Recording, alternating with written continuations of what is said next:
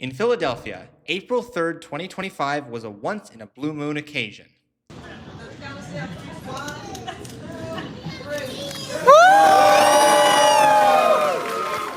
On this day, the city celebrated the opening of a new subway station, or, more accurately, welcomed back an old station. Franklin Square is now the easternmost stop of the Patco Speed Line before it crosses into New Jersey. The station was one of four on the Bridge Line, the ancestor to Patco, when it opened in 1936. However, the station was never very popular. In the next 40 years, the station was closed and reopened several times. Before today, it was last opened in 1979. So why has the station now been refurbished and reopened once again? Fifth time's the charm? Well, to find out, we need to step outside.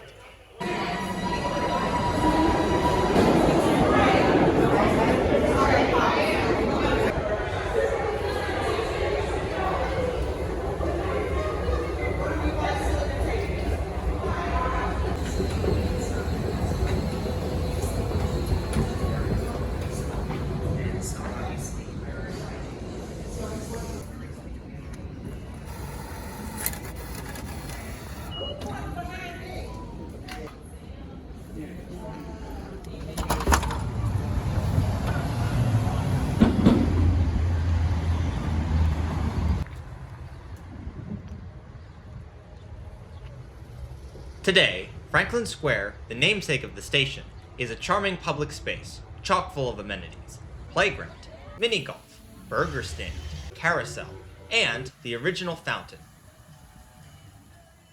However, you don't need to walk very far for reminders that this square once had a very different, far less attractive character.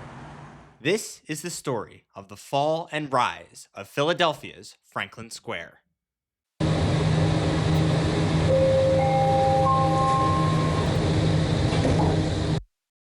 If you'd like to see more videos like this, leave a like, comment, and subscribe. I'm a small channel, so every bit helps.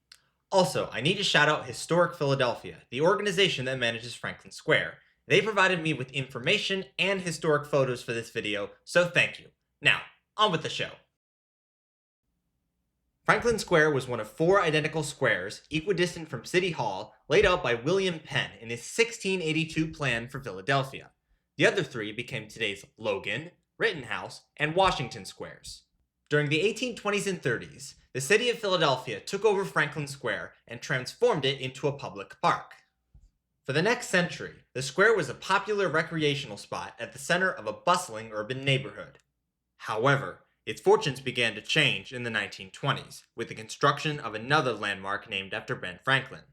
This, of course, was the Ben Franklin Bridge, connecting Philadelphia with New Jersey across the Delaware River. The construction of the bridge destroyed much of the neighborhood east of Franklin Square. However, the troubles truly began in 1926, when the bridge was opened.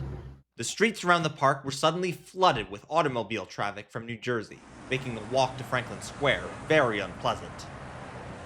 The surrounding neighborhood was then hit hard by the Great Depression in the 1930s. By the time the Bridge Line subway opened between Camden and Philly in 1936, with its station at Franklin Square, the park and surrounding neighborhood had substantially deteriorated. Hence, it is unsurprising why Franklin Square Station struggled to attract riders, leading to its initial closure just 3 years later. The neighborhood and park continued to decline after World War II, for several reasons. Along with the general decline of Philadelphia due to suburbanization and deindustrialization, the surrounding area was damaged by several urban renewal projects. In an attempt to fix traffic, Vine Street, running just north of the park, was widened to a staggering 10 lanes in the 1950s, followed by the construction of the Vine Street Expressway to connect I-95 and I-76. This obliterated the neighborhood to the north of the park, but it gets worse. See, there isn't a grade-separated roadway connecting the Ben Franklin Bridge to the Vine Street Expressway.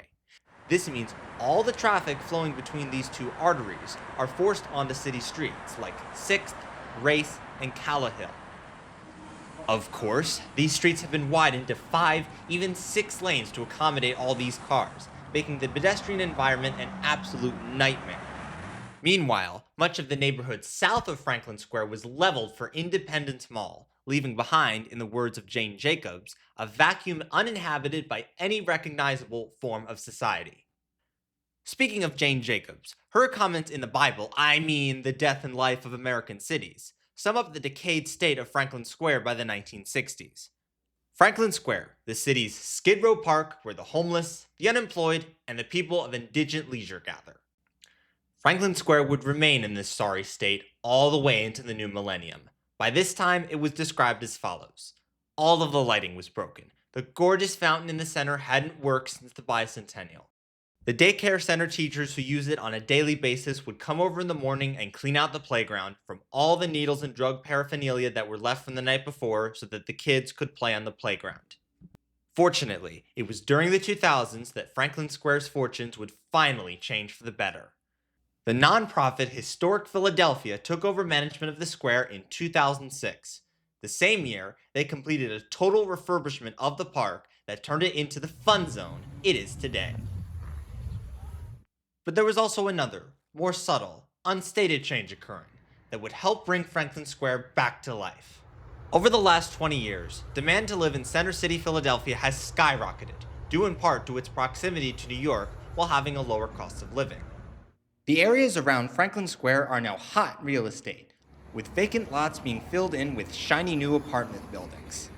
The area was also becoming a tourist hotspot. In the early 2000s, the nearby Independence Mall had also been transformed with the addition of new attractions, like the Constitution Center, and now attracts huge crowds. It's in this context that the Franklin Square Paco station is reopening, and I'm optimistic that the station will allow more people to visit the square and its attractions, especially from Jersey. However, while Franklin Square has undoubtedly come a long way, it is still an island surrounded by car sewers. One only has to look at the 6 lanes of traffic on 6th Street, or the giant surface parking lot next to Chinatown subway station.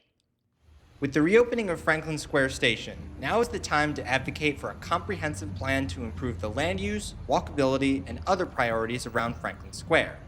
This is just one of many proposals about Philadelphia and other places that I plan to discuss in future videos. Right now, I need to catch the train home to work on my next project. Stay tuned. This is the end of the line for the J-Bahn today. Come ride with us again when we release new content.